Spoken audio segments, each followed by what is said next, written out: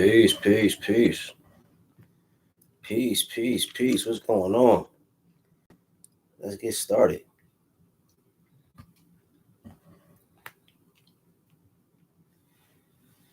Peace and blessings, my beautiful, wonderful brothers and sisters. Once again, it's the bearded one, your man Dev. We about to get busy, we about to go live in a few moments. But I just wanted to say peace and blessings before I go live on Insight Timer. And let me just say, as I always say every week, thank you for everybody who showed support, who showed love. I appreciate you. This is my book, Easy, A Guide to Mindfulness and Meditation. Thank you to everybody who bought a copy, and thank you to everybody who will buy a copy. You can get your copy at www.devinmccrory.com. That's DEVINMCCROREY.com.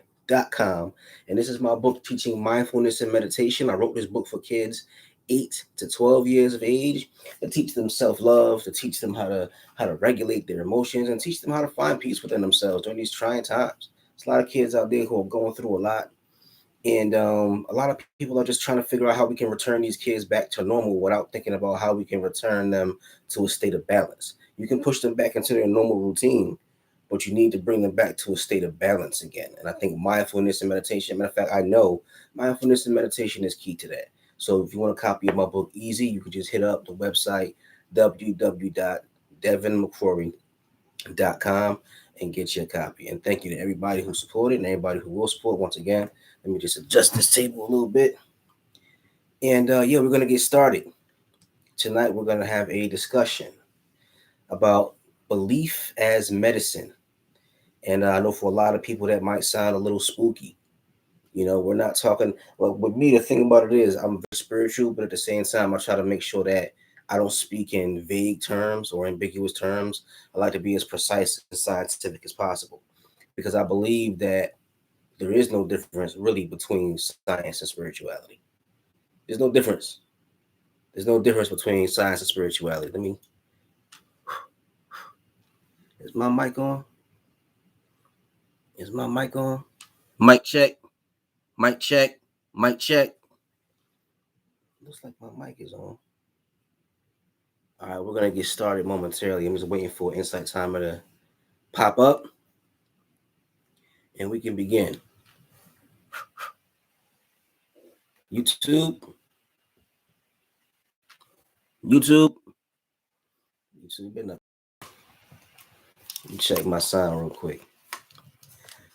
Check, mic check. Mic check, mic check, mic check.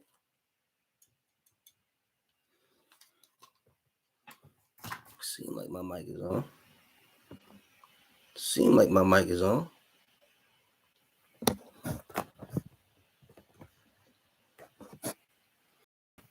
All right, so we'll begin momentarily. But like I said, peace and blessings to everybody who's here, everybody who's tuning in, and everybody who's going to watch this in the future. We will begin momentarily. Let me just wait for Insight Timer. Wait like 40 more seconds for Insight Timer. And for everybody out there who's watching this, just understand I love y'all. Understand I want to help y'all find peace within and find peace within myself as well. We're on this journey together. So feel free to participate, feel free to support, and feel free to ask for what you need. Ask and you shall receive. Is there anything I can do to support? Let me know. How you doing? How's it going? I see somebody joining us on Instagram. What's going on? Peace and blessings. We're gonna begin shortly. About 13 more seconds. I'll turn on Insight Timer, and we'll get started. And thank you for joining.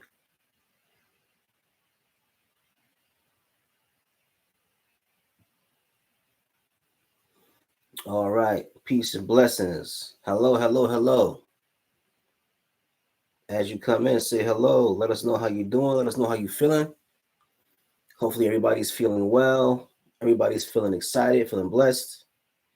I know I feel really good myself. I'm glad to be here.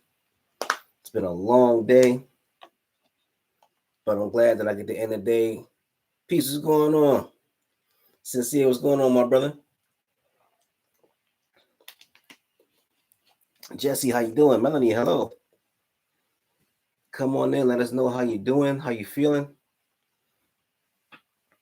Hopefully you guys are prepared for the holiday. I'm not really much of a holiday guy. I let my kids open their gifts early. Julian, what's up? I let my kids open their gifts early. I ain't feel like waiting. Hey,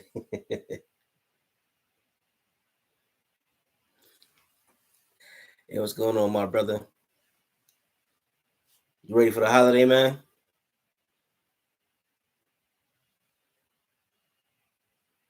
All right, as y'all come on in, just say what's up. I'm gonna send y'all some positive energy and some love. Basketball practice, Julian. Okay. Yeah, exactly. Yeah, me too. You ain't ready? You ain't ready for the holiday? I just got mine over with. I gave my kids their gifts early. I don't want to wait.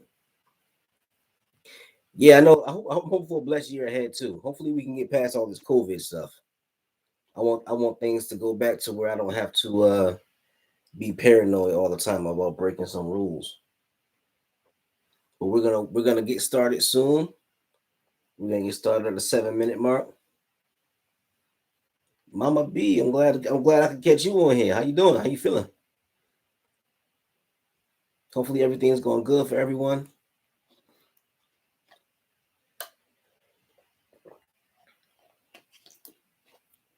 We'll wait till about the 7 minute mark. Give people some time to join us. I think this is going to be an interesting conversation. It's one of those. It's one of those weekends here. One of those, not one of those weekends, but one of those weeks here where it's like I saw on the news yesterday it's supposed to be like 63 degrees tomorrow in here in Maryland. Which I'm from Connecticut, so usually around this time of year we'll be starting to get hit with some snow. But down here in Maryland, it's like I didn't know the weather would be this different. We haven't had any snow yet. This I think today was probably one of the coldest days, but it still wasn't even that bad. I kind of like it. I like not having a shovel every every other week. But I do miss Connecticut. I miss my people. But Maryland, I like not shoveling all the time. You're from Northern Virginia, Mama B? Okay. Gotcha. Yeah, so you're like not too far from me. So yeah, like from where I was before in Connecticut, it was like we get snow, we get ice storms. We're not as bad as like people higher up north, but Connecticut would get hit with some snowstorms. Rita, how are you? Thank you for joining. And like I was saying, yeah, down here in Maryland, the weather is so different. Weather is so different. I ain't have to shovel. It ain't been no snow, nothing. Natalie, how you doing? Thank you for joining. We're gonna get started soon. I'm waiting until the 7 minute mark. I usually wait till 7 minutes in, give everybody time to hop in and join us.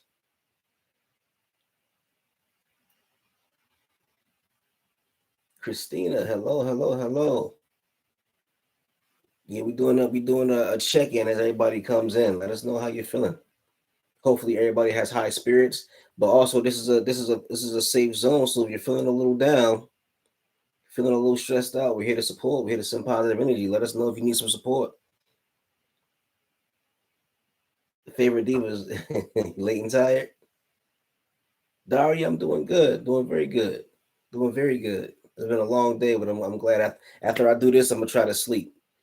And I'm off work tomorrow, so and my kids will have to go to school, so I may be able to get some rest. I hear my kids running around now. They think I can't hear them. They tiptoeing around. They say they like listening to me teach these classes. So happy holiday season, to everybody. Yeah, yeah, definitely, definitely, and safe, happy and safe. I hear there was some anxiety about people gathering with their families and stuff. I hope that everybody can at least see their family and be safe. Natalie, you feeling down, feeling anxiety? Okay, I'm glad you're here. Natalie, I'm gonna send you some positive energy. I'm gonna send you some love, Natalie. I know how you feel. We're all here to support each other though. So after we get some positive energy going, hopefully you feel a little bit better. And I think it's important that you're here too, Natalie, because I'm gonna discuss anxiety and my experiences with anxiety too. I've discussed it before a little bit in depth, but now I'm kind of looking at it from a different angle. We're talking about belief. Any holiday traditions? Not really. I'm not cooking. I mean, I'm cooking like I'm not cooking a big holiday meal, but feeling overwhelmed. You're hosting. Oh, okay, yeah, yeah, yeah. So you got everybody coming to your house. Everybody coming to your house, and they're expecting the food to be just right. They expecting everything to be perfect. Yeah, that's why I ain't gonna lie. I'm a sideline guy. I'm a sideline dude. I'm not hosting nothing. I help out. I'll be on the sideline cheerleading. I am not hosting nothing. You brave, but I hope it goes well.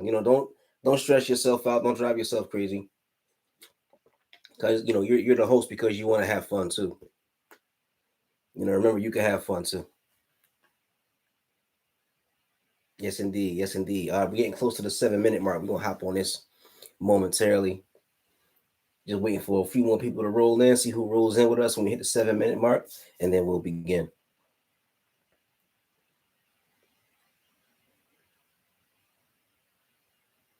Yeah, that's right, Mama B. Tell them next year to bring a dish. Tell everybody next year to bring their own food. It's a BYOB next year. All right, so we're at the 7 minute mark. So let's get started. So what are we talking about tonight? Tonight we're going to discuss belief. And why am I talking about belief? I'm talking about belief because of my own personal experiences as a believer. Now, when I say believer, I don't mean religion. And I've said this multiple times. I'm a spiritual person. I study everything. I try to learn as much as I possibly can on my spiritual journey. But along the way, I've always maintained belief without maintaining a religious affiliation.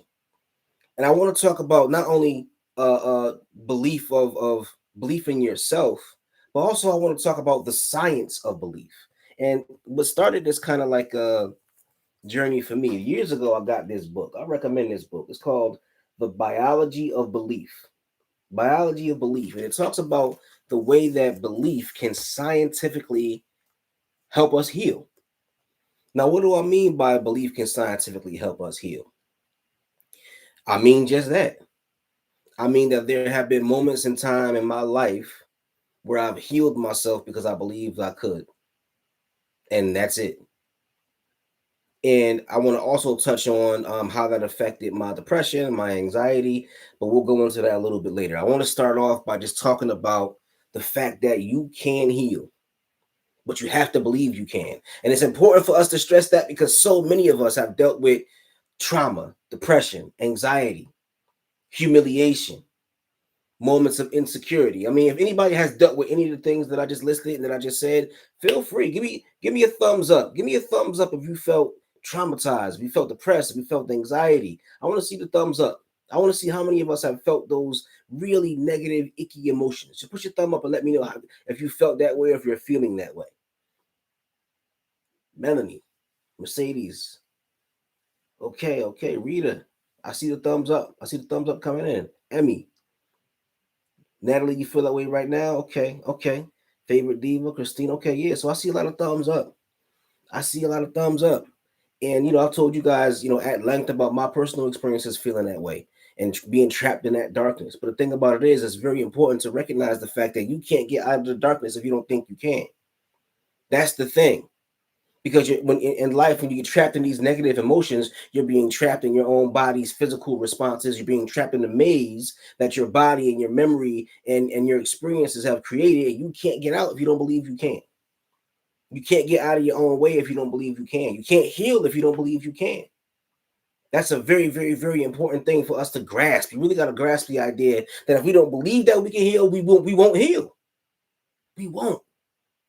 That's just a plain and simple fact. We could talk about medicine all day. We could talk about taking pills for depression. We could talk about taking pills for anxiety. We could talk about antidepressants and anti-anxiety drugs.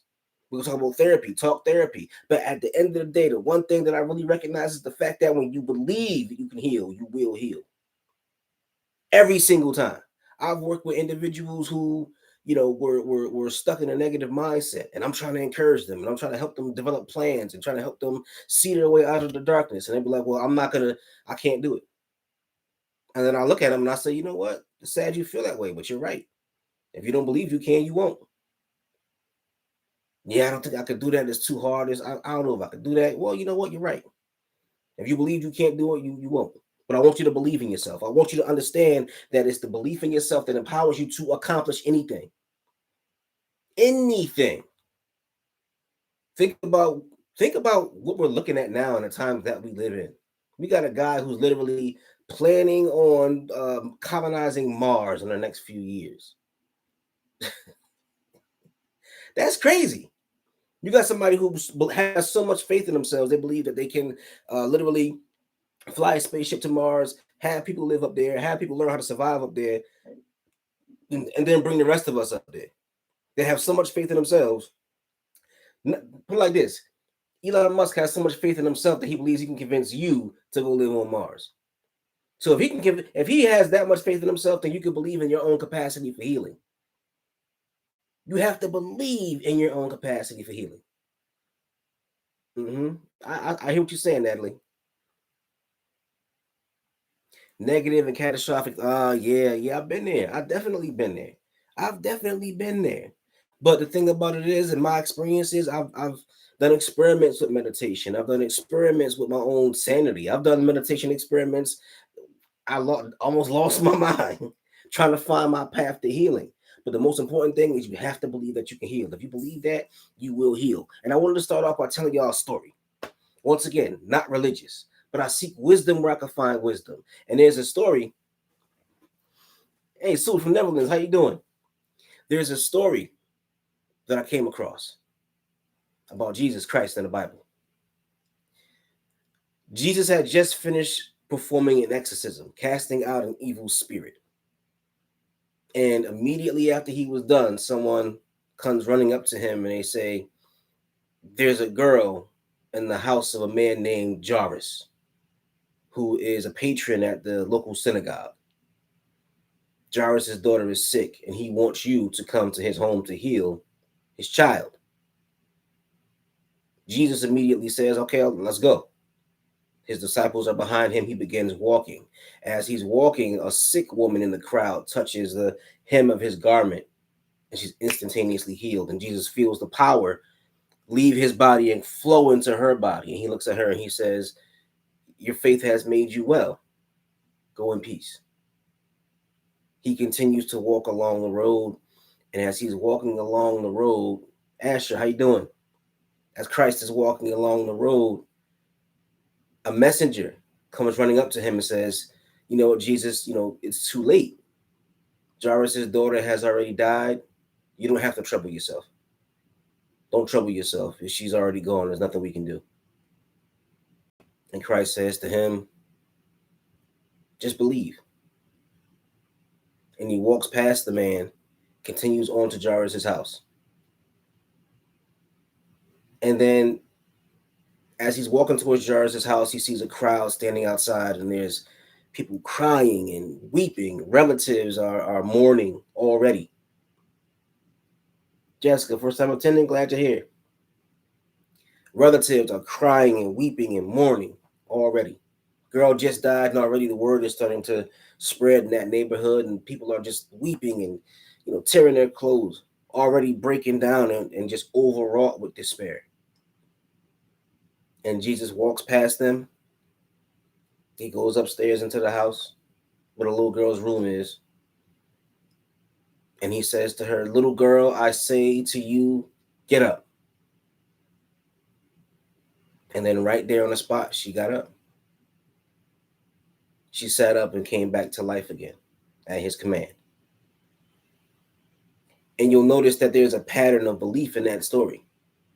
Everyone who was around him who had faith healed, even to the point where he was able to bring back the dead. He was able to bring back the dead because of the faith and the belief that the people had that it could happen. Even to the point of death, even when you're on the cusp of death, if you have faith and you believe, you can change your circumstances. Now, there's a book, and I mentioned it to y'all 2 seconds ago, The Biology of Belief. There's a story about a guy who was a famous doctor. And it was 1952. He was doing an experiment where he was trying to heal people using hypnosis. there was a young boy who had a horrible skin illness, a very rare skin illness that made his skin real thick and leathery, and it was grotesque. His whole body was covered with, lesions and sores, and it was just, very, grotesque looking, shocking, startling to see. And this doctor went to this young boy and put him in a hypnotic trance. And while he was in a hypnotic trance, he told the young boy all the sores and wounds and lesions on your left arm is going to heal. And then he snapped the boy out of the trance, and the boy woke up. And over the span of the next couple of days, his arm began to clear up. Now, the disease that he had was considered to be incurable. It was considered to be a disease that was incurable, and you couldn't change it. There's nothing you could do to treat it. He just had to live that way. And all of a sudden, for the first time in his life, he began to see his skin smooth, clear, because he was in a hypnotic trance where he was open to suggestion, and he began to heal just because somebody put the idea in his mind that it could happen. It was that belief that it could happen that made it so that it did occur. They call this the placebo effect.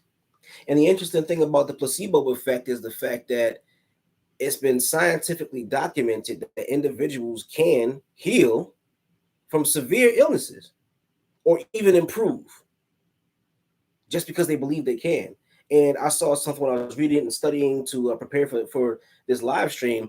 There are individuals who suffer from very severe asthma who take placebo pills, like pills that don't even have any real medical effect, and they can heal themselves. Their asthma symptoms can improve just because they believe that it could. Parkinson's is another incurable mental health disease. Jamie, how you doing? And this mental health disease of Parkinson's causes like deterioration of the mind and the coordination. Asher, I'm gonna get there in a second, Asher. I got you.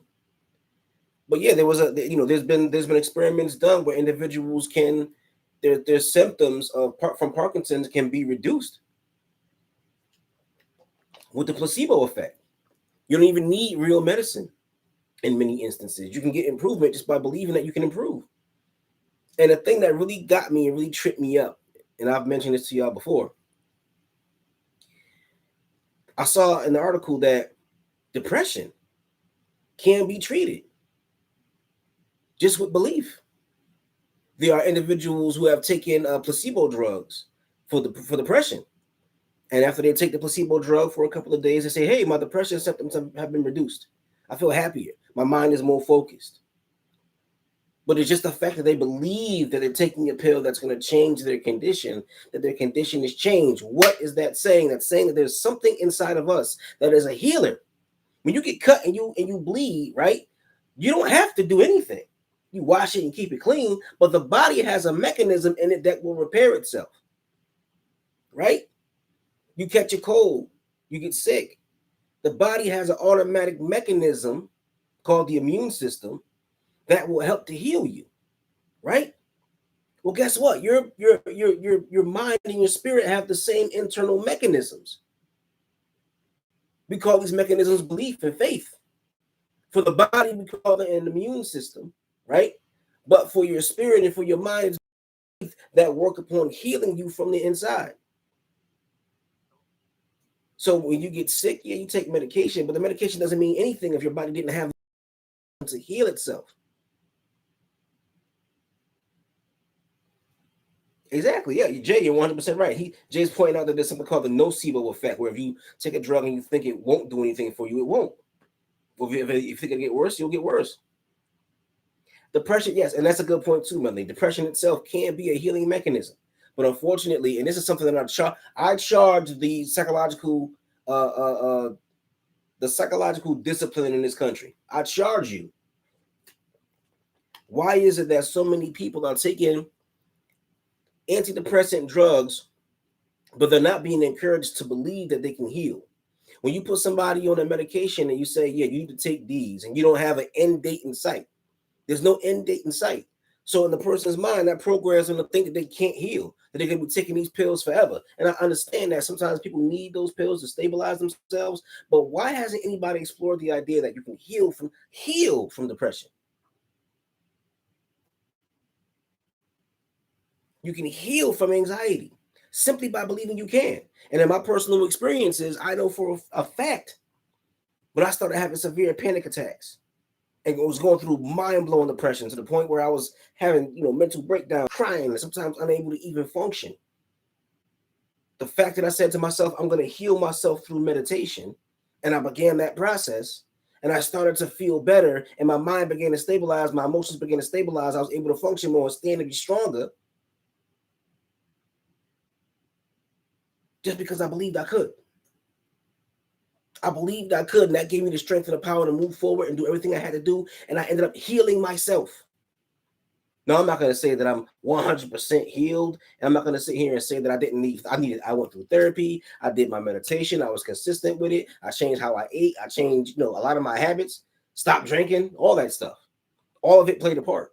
But I knew I could overcome because nobody programmed me to believe that I couldn't. And I'm a person with an expansive imagination. I believe that anything's possible. Who's to say it's not possible for somebody to overcome? And why aren't they talking about this in that field? And you're right. Big Pharma plays a role in that. You're 100%, Natalie. Big Pharma plays a role in that. But I really want to see more scientific studies done. Because me sitting here in a room saying, hey, I use meditation and I overcame, that's nothing. I want to see some studies done by individuals who PhD'd up, doctorate laureate. I want to see those individuals with those kind of degrees doing the research, doing the tests, doing the controls to show, like, listen, it's possible to beat this thing. There are so many people who are depressed and haven't overcome because nobody told them they could. Nobody told them, hey, if you believe, you can beat this. Nobody told them, hey, you got anxiety, but you can overcome it and stop having panic attacks if you believe it. And I think a lot of people have been confined to a really hellish existence, dealing with anxiety, dealing with depression, because they've been told that they have to deal with it forever. That you can't overcome the trauma. Because a lot of times we go through depression and anxiety because we go through traumatic experiences so severe, it changes our central nervous system and our neurochemistry. But if you could have an event that could change your neurochemistry and traumatize you, and change your central nervous system and traumatize you, then who's to say that there's not a practice that can reverse that? If it can happen one way, it can happen the other way. That's Murphy's Law. All things are possible. If damage is possible, then healing is possible. Now, people are asking the question, how do you spiritually heal? Spiritual healing is the same thing. You have to believe first and foremost that you can heal. That's why I don't, no disrespect to nobody, I don't believe in that born in sin stuff. I was born in sin. I'm suffering because I deserve it. And sometimes in life, you're gonna suffer because you deserve it. Sometimes, if you're doing dirt and you suffer, you know why you suffer. But for a lot of individuals who are not doing dirt, they're going through pain, they're going through tough circumstances, and they're having a spiritual downturn. They're at the nadir of their spiritual awareness, and they feel drained. If you're at a spiritual low point, you feel drained. You feel like you can't overcome. But that's where your faith comes in. What is faith? Faith is not just the belief that things are going to be okay. Faith is also practice. How are you living? A lot of individuals who want to spiritually heal, they live with that desire. I want to spiritually heal. I want to overcome this. I want to beat this. They have the desire, but they don't change the practice of their existence. You want to beat this spiritual sickness that you're experiencing, the mental sickness that you're experiencing, but you don't want to give up nothing. And I always say I'm a real big fan of renunciation. Whenever I want to accomplish a goal, I understand that goal is going to require the sacrifice of something. I have to give something up in order to get what I want. Years ago, when I was writing screenplays, I was working 2 jobs. I was a father to a 1-year-old. I was in college, and I was trying to complete a screenplay, but I had so little time that I couldn't complete the screenplay. And I really wanted to, because I had a friend of mine who said he would help me turn it into a film. I was trying really hard. And then I thought about it, and I said, okay, in order for me to achieve this goal of writing a screenplay, I got to give something up. I got too much going on, so I got to give something up. And I thought about it, and this is the decision you make when you're young. I said, you know what? I'll just give up sleep. And literally for about 3 weeks, I would probably sleep 1 or 2 hours a night and knock that screenplay out the park.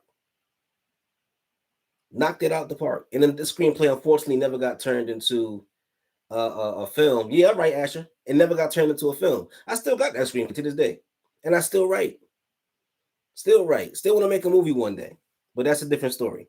But the point that I'm saying is that if you really truly want to spiritually heal, it's going to require renunciation. That's the whole point of the story about Christ. It's a metaphor for yourself.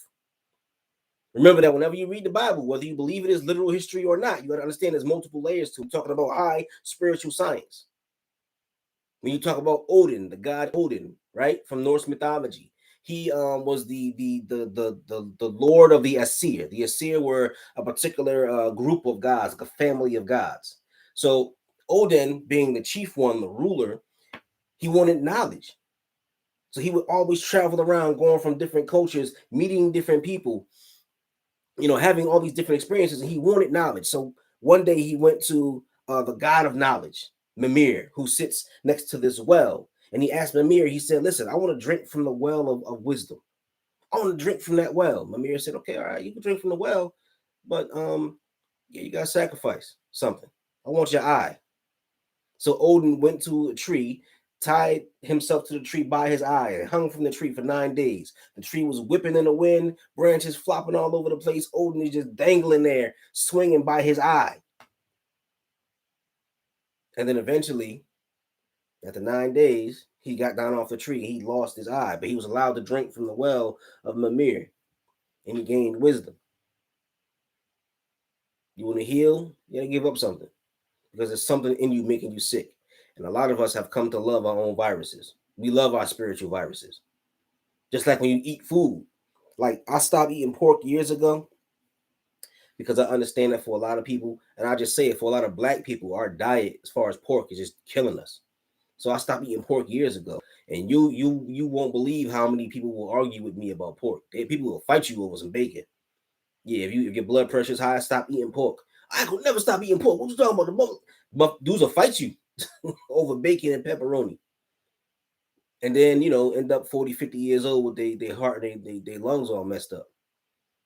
You want something, you got to give up something. Renunciation. It's a big part of it. There's an even exchange between energies in the universe. It's how it operates and functions. And belief is a part of that. Because if you believe something, if you believe that you can achieve something, then you'll do what you have to do in order to get it. You do what you have to do in order to get it. If you don't believe it, you're gonna put half the energy into it. People say, I want to become famous. People say, I want to chase my dreams. But how many people are willing to die for it and push themselves? Not even die. That's extreme. How many people are willing to work on it consistently every single day until they achieve the dream? Not a lot, unfortunately. And we all have a dream of healing. But you got to have currency to buy what you need, and belief and faith is that currency. Your belief and your faith actually change your body. They change your body.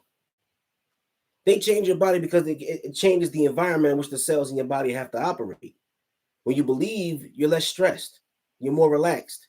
So your body starts to release what they call endorphins. Your endorphins are like natural opiates. So you get a natural high. And those endorphins help you to heal, help you to feel happier, more balanced, more focused, more energetic, more excited. And then with the increase in endorphins, you get a reduction in cortisol. Cortisol is a stress hormone, destroys the body. So you're healing yourself just by belief. And that's science. I'm not saying nothing spooky. I'm not going into the mystical stuff. I'm being straight scientific. But this is something that we knew, and we knew this in our spirit and our soul for a very long time. And people have been trying to study it and figure it out for a very long. But we've known this. Thank you for the donation, Nicole. I appreciate that. We've known this for a long time. There was a book I was reading years ago, and it was talking about a scientist, anthropologist from the West who went to Bali. And in Bali, they were doing this thing called she called it the Trance Dance, where people would get together for this particular ceremony, and they would engage in this ritual, and they would dance, and they would jump around, and they would get into a heightened state of consciousness. And then they would have these rituals where they would pretend to hurt each other. So they would like stab each other while in a hypnotic trance-like state, right? And then they wouldn't even bleed. They wouldn't have a wound. The wound would heal because they were in a different state of mind, because they believed that they were on a different level. Same thing with if you look at Yoruba. And Yoruba, which is an African spiritual system, you will have these individuals who will put on these god masks, and they will put on these god masks and take upon themselves the identity of the god. And in that state, they will be doing all these impossible things, jumping 10 feet in the air, and you know what I mean? They would get hit and dance around and not bleed and not feel pain. Same thing with in the black church in America. I grew up in a black church. My family's Pentecostal. And we used to have, instances of people would get the quote unquote Holy Spirit. And they would go to church and they'd be like, oh, my back, oh, my joints is hurting. Then they get the Holy Spirit and dance around and jump and feel joyous and get into that heightened state of consciousness. And the next thing you know, somebody who walked in with their back all messed up on a walker or on a cane, they walk around and they with their head held high. They be healed. A lot of these faith healings, they're just that. People are healing themselves in a semi-hypnotic trance state because they believe that they can be healed by the minister or by the pastor or by the deacon or by the bishop or by whoever. So they feel like when they get that blessing, the blessing becomes the medicine. Think about that. Somebody can bless you and be like, in the name of the Father, the Son, and the Holy Ghost. And next thing you know, you heal. That's medicine. That's the first medicine, to be honest. Spiritual medicine is the first medicine. The soul exists before the body, at least in my spiritual beliefs. And that's how we have to start approaching our own personal lives and our own personal healing. You want to heal something wrong with your body? You have to have enough faith to heal your spirit first. I believe that all physical sickness comes from mental sickness. I know that because I've experienced it. And a lot of mental sicknesses come from spiritual sicknesses. I know that because I experienced it. When I neglect my spirit, my mind is in a state of disorder, anxiety, the hell of depression, and then my body rapidly deteriorates. However, when I tend to my spiritual needs and focus on my meditations, focus on communicating to the ancestors, focus on communicating to the supreme, whatever you call that force that creates the universe and animates the universe, I stay connected to that force and that energy. Then my mind is in a state of peace, and then I'm healthy. So we have to start understanding that the first medicine is the blessing. The first medicine is the blessing. We got to bless ourselves. Yeah, you feel anxiety. You want to know why you feel anxiety? You feel anxiety because something ain't right with your spirit. You're neglecting your spirit, worrying about this material stuff in the world.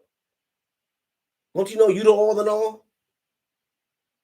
They say that the God breathed the breath of life into Adam, the Ruach HaKodesh, the Holy Spirit, that's in you. So the same force that created all this that you see exists within you.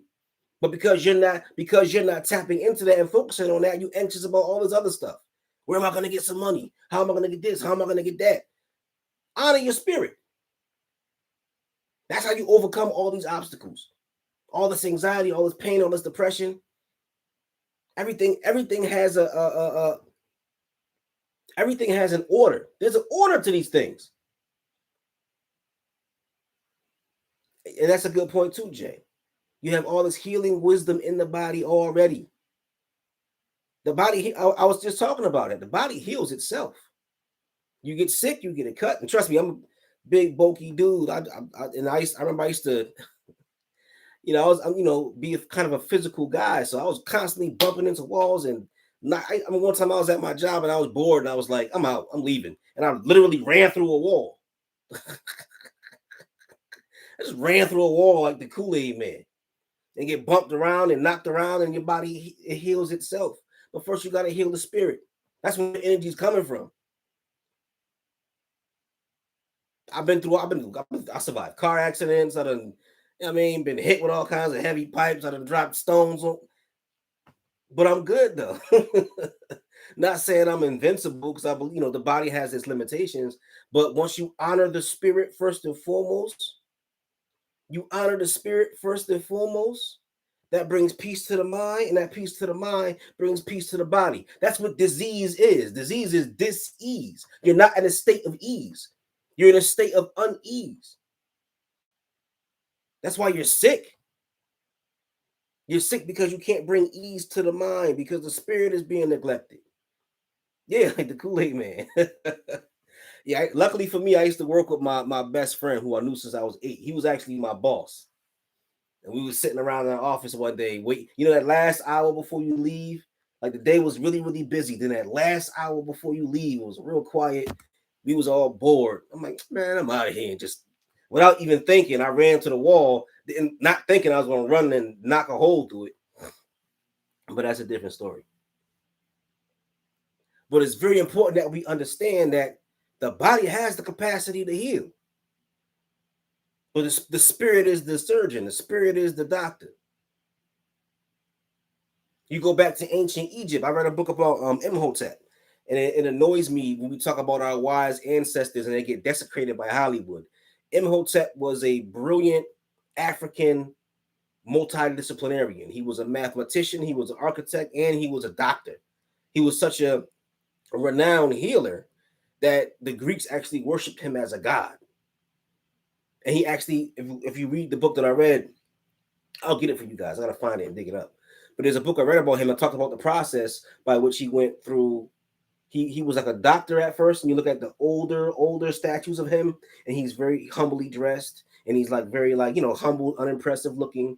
But over the years, people would take his work and study his work, and it became so powerful that you would see his statues get bigger, and then you would see him adorned in divine clothing, and then you will see him carrying the Ankh. The Ankh is the symbol for life, for eternal life.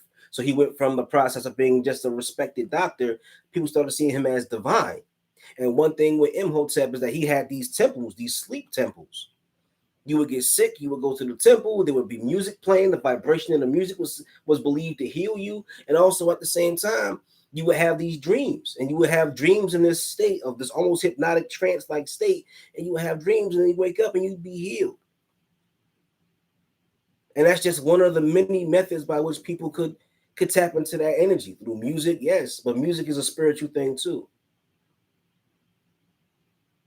And that's another thing as well too. Be careful the music you listen to. If you're feeling sick, don't be listening to these hoes that. Don't listen to none of that. You need healing music.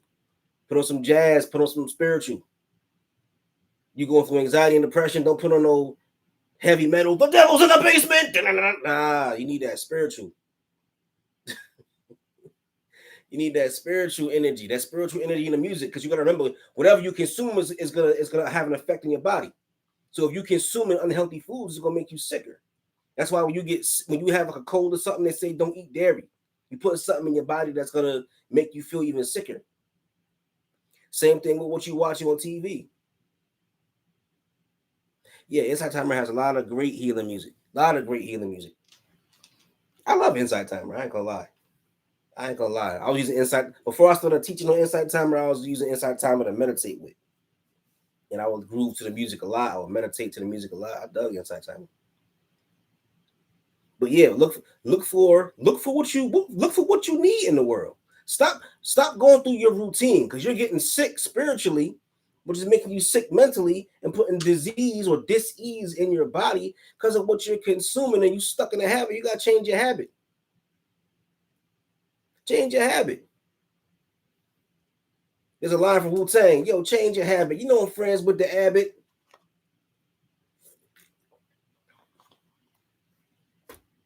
Change your habit. Get your mind right on a spiritual level. You know I'm friends with the Abbott. You know in the monk temple they had an Abbott who's the head of the temple. Get connected to that spiritual energy, and change your habit. If you listen to highly aggressive music, if you can't channel that properly and use it like alchemy to give you the right kind of energy, because that's what I do. I listen to aggressive music, but I convert it into something where I could use it properly. So I listen to some hardcore hip hop, but I'm working out while I'm doing it to get that energy boost. But then I leave it. I'm not listening to toxic music all day. I'm converting it like an alchemist. But if you find yourself if you're depressed, don't be listening to some depressed music. You know what I mean? You anxious, don't listen to no anxious music. There's a song my son's like. There's a punk rock group that I discovered called Death, and there's a song they got called Freaking Out. Freaking out, freaking out. You know, I'm freaking out. If you anxious, don't listen to nothing that's gonna make you more anxious. Don't be freaking out. Listen to freaking out music. You gotta heal. If you sick, you put medicine in your body.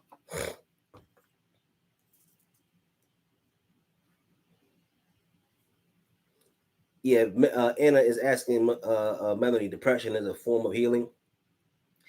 Well, it can be, and Anna, like for instance, when you cry, sometimes you go through sadness, you cry. That's tears have a healing effect. The same thing sometimes with depression. Now, of course, I'm not making a general statement. I'm being very specific with this. Quite often, when you go through loss in life, you go through a period of sadness as your body readjusts to a new state of living. If you lose a loved one, that loved one is gone. You go through depression. That's totally natural. And if you handle it properly, it can actually, I won't say it'll benefit you, but you can actually make it through the process and be stronger. I've gone through depression. I came out the other side because I used the energy properly, came out stronger on the other side. So, that I think that's what Melanie was saying. I don't think she's trying to glorify depression, But like, sadness, like that movie what's the name of that movie? Inside Out, that Pixar movie, where it was joy and anger and disgust and fear and sadness. And the whole movie, Joy, the happy, excited one, was trying to keep sadness at bay. But then there was a moment where she realized that sadness is a part of life and it's okay. And sadness can actually help you grow. You go through those dark emotions, they can teach you things. For instance, they say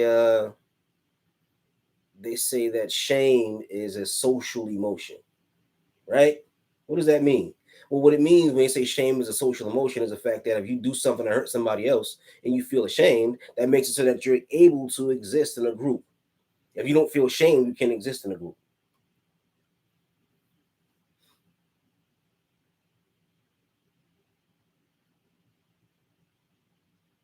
So, going back to our mission, you got to remember that you exist on multiple levels all at once. And this is something I've done myself. I've gotten carried away trying to get physically fit, trying to get healthy, and it's at the same time I've gone through periods where I'm trying to work out every day, but I'm not meditating. I've gone through periods where I'm meditating every day, but I'm not working out. I've gone through periods where I'm trying to be more spiritual, but neglecting my relationships. So we have to find balance between all the various dimensions of our being, and that requires that you take care of the spirit, take care of the mind, and take care of the body. And once you take care of the spirit, everything else the energy will flow smoothly. It'll flow beautifully. That's so you. Yeah, music does, and music is known to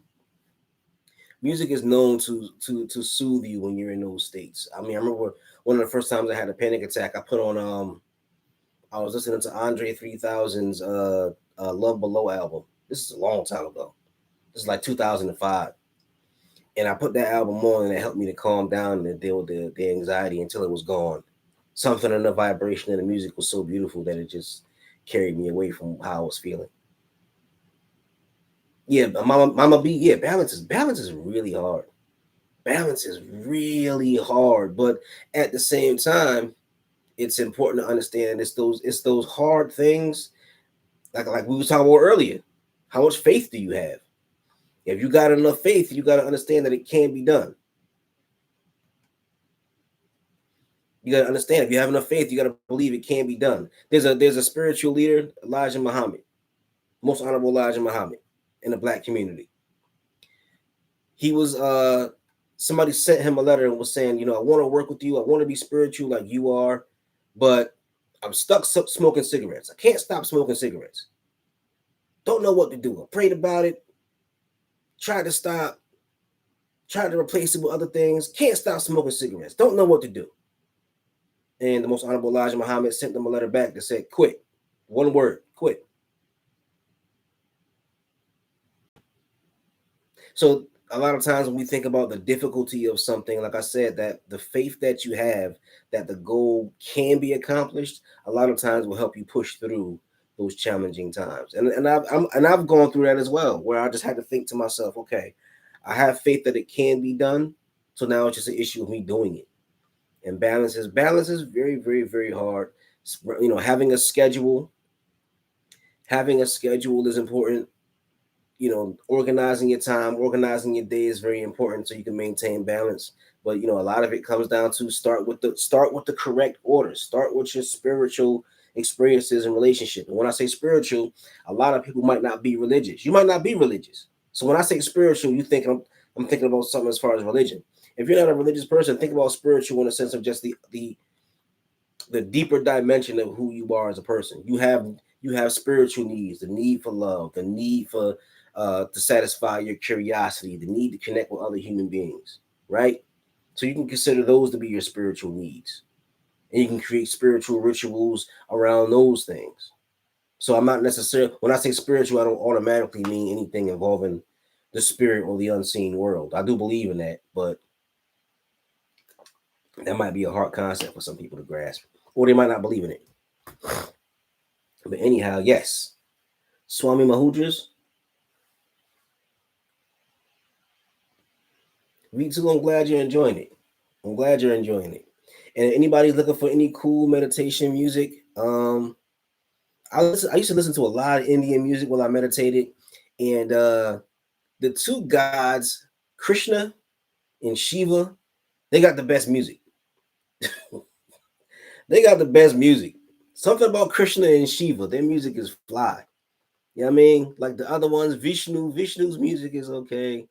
You know, Brahma, they don't really have a lot of Brahma music. I think I read somewhere there's a tradition where they don't really worship Brahma in Hindu, in a lot of Hindu spiritual systems.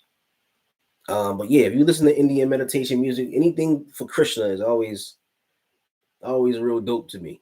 Like 90% of his music is real dope to me. And then there's a Sad Guru, who's an Indian mystic. He sings a song called Kapora Gauram. But then somebody on YouTube took it and looped it. So it's like an hour. It's like 3 hours long or something like that. But it's dope to meditate to. And like I also mentioned before, hip hop songs I listen to meditate to. There's a song called From Atoms to Adam by Killer Priest. Killah Priest. That's an amazing song to meditate to. I think that's a really cool song to meditate to. And keep that in mind too. Meditation is a part of tending to the spirit. Your spirit is a garden. You know, you got to plant the proper seeds. That means you got to read the right books, and you got to be around the right people that have the right experiences. And then them seeds need to be watered, which means you got to consistently return back to them. And you got to give yourself encouragement. And you got to, rejuvenate yourself and bring life from the seeds that you planted within your spirit. Tend to the garden of your spirit, and everything else will work out. And that's something that I realized that, a lot of times when there's blockages in your life, as if it's a money blockage, if it's a relationship blockage, if it's anxiety, if it's depression, a lot of times it's because the spiritual work is being neglected. Remember, you're multidimensional. There's a dimension that's not getting what it needs. And also, like I said, remember, you can do this. You can do this. Before I go, I really want to stress that you can do this. How I know you can do this? Because I did it. I went through major depression, and I was reading the book about depression and anxiety. And luckily for me, the book that I read said some people have anxiety attacks and then will overcome them. I read that, and that let me know I could overcome. Now, if I had read a different book that said some people have panic attacks forever, who knows? My life would have probably been totally different.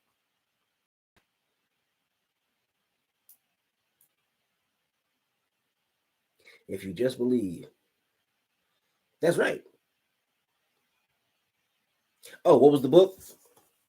By Bruce H. Lipton, PhD. Great, great, great book. Great book. Talks about how it scientifically can heal. Great book. And yeah, I should get some more books and do book recommendations. So yeah, let's start wrapping it up.